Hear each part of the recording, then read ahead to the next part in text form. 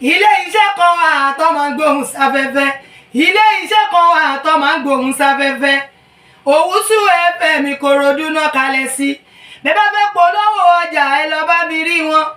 ìṣílẹ̀ lẹ fẹ́ ṣe ìpolówó ọjà lẹ fẹ́ ṣe ìyàwó lẹ fẹ́ ṣe ẹ máa lọ sí Owutu àwọn náà ṣe bẹ̀bẹ̀ ẹ lọ gbẹ́nu sí máìkì lọ́dọ̀ àwọn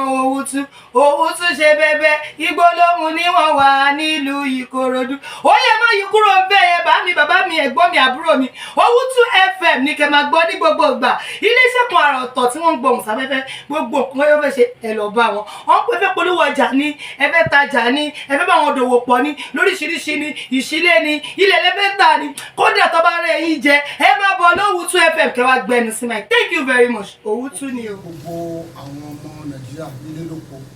orúkọ mi náà ni Wálé Ọlágúnjú ẹ̀kú ọjọ́ mẹ́ta kó tó di wípé mo tẹ̀síwájú mo fẹ́ fi àwọn ìwé àfihàn hàn jáde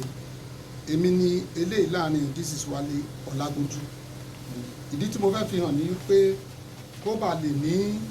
ìtumọ̀ nínú gbogbo tí mo fẹ́ sọ ni èmi náà tún wà níbi ẹ wo pépà yìí tó bá fẹ́ já mi kó lọ wò dáadáa nínú àwọn alásọtẹ́lẹ̀ náà já wo ìwé yìí èmi náà lélẹ̀ níbẹ̀ yìí Wálé Ọlágúnjú ẹ̀rọ àwọn bàbá nínú Olúwa ń bẹ̀ ìwé yìí ló gbé jáde nínú ọdún yìí mo fẹ́ sọ̀rọ̀ nípa evangelist Tope Alabi àti Lady Lizzy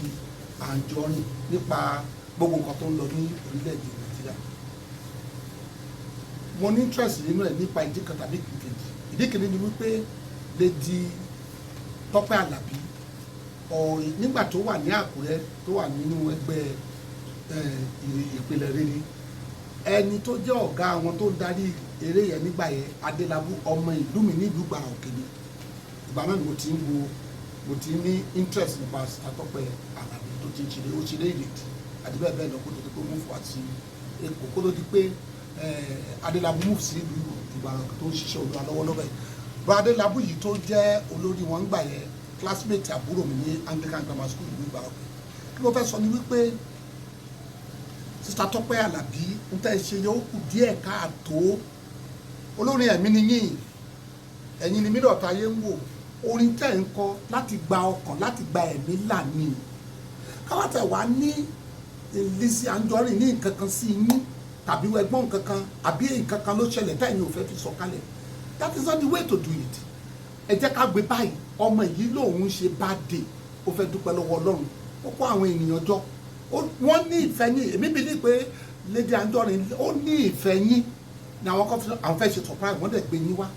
kátẹ̀lé ọmọ yín ni kò pè yín inú bí yín sí ẹ is something as a Christian tẹ̀jẹ́ màmá fún tẹ̀jẹ́ ẹ̀gbọ́n fún ẹ pé Lizzy kí ló dé tó pè mí inú bí mi o nǹkan kan ẹ dẹ̀ parí ẹ fi ìfẹ́ hàn láàrin yẹn àwọn yẹn wọ́n á gbà bí ẹni gbà wọ́n ní nǹkan ṣe dá irọ́ ni wọ́n ń pa nǹkan ṣe ò dáa ìrìn àjò ìgbàgbọ́ ò lọ bẹ́ẹ̀ Bíbélì ò sọ pé ká bà ọmọ ẹnìkejì wa nínú jẹ́ o ó tẹ̀tú sọ fún tá a bá ń lọ sí church tá a fẹ́ lọ sọ pé tá a ní ìkùnsúnú kan agbórí pé náà tíṣẹ́ ẹnìkejì káfí nǹkan pẹ́lẹ̀ ká lójú ẹ lọ reconcile pẹ̀lú lady yẹn ẹ bẹ́ẹ̀ it's like ní ọjọ́ obìnrin tó fẹ́ ṣe ìgbéyàwó ó ti wà ní church gbogbo ènìyàn ti wà ń bẹ̀ ọkọ ìyàwó wọn retí ọkọ ìyàwó ò wá kí lẹ́tí ìpè ó máa ṣẹlẹ̀ sí obìnrin yẹn á fẹ́ dákú ní church ni ọmọbìnrin wà ń bẹ̀ gbogbo èèyàn wà ń bẹ̀ ok kí lẹ́fẹ́ kóbìnrin yẹn ṣe káwọn èèyàn máa sọ pé ẹ bà ọjọ́ ayẹyẹ ọmọbìnrin yẹn jẹ́ ẹ máa gbé kórí bẹ́ẹ̀ àdáni kírísítẹ́nì ò kì í ṣe bẹ́ẹ̀ ẹ wá jẹ́ káwọn èèyàn máa sọ̀rọ̀ òdì sí orúkọ Olúwa nípasẹ̀ ìwà àti ìṣe yín ẹ bẹ̀rẹ̀ báyìí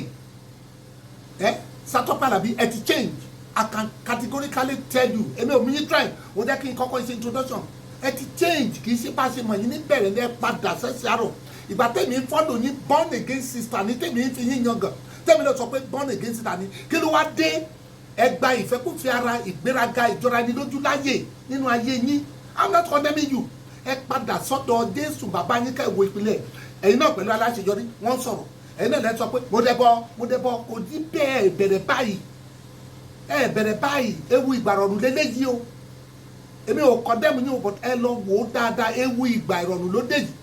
ẹ lọ bẹ Sister Lizzy Anjorin ọmọ yẹn lòun ò ní sọ̀rọ̀ ó lòun ti fi gbogbo nǹkan lé Ọlọ́run lọ́wọ́ ó lòun ò sọ̀rọ̀ sí yín rí òun ò bu yín rí which means ọmọbìnrin yìí náà a lè pè ní Christian tá ló mọ̀ bóyá nǹkan tó bá pàdé lọ́dọ̀ àwọn Christian brothers and sisters wa ló jẹ́ kọ́mọ yẹn kúrò mbẹ̀ tó lọ Mẹ́kà ó ní wọ́n fẹ́ pa òun ní 2019 ó lọ́lọ́run ló yọ òun ó ní nǹkan tó tún fẹ́ ṣẹlẹ̀ nígbà ló tún fẹ́ ṣẹlẹ̀ yìí ó fi hàn wípé àwọn kan dọdẹ wúmà yìí tí wọ́n ń wá lépa ẹ̀mí ẹ̀ tó ṣàfẹ́ rún ní lédi déédéé ò dẹ̀ ṣe nǹkan kan ó lóun ò ṣẹ̀yìn ó lóun ò bu yín rí ó ní táwọn èèyàn bá sọ sí òun pọ́n yín lé kílẹ̀ tó ń fẹ́ ẹ padà ẹ lọ bẹ lédi yìí ẹ wá ní ẹ dáwó padà kí n sọ̀rọ̀ owó lé léyìí ṣé tó bá ń ṣe kan sẹ́yìn tó bá pè ní sẹ́yìn fún lówó ni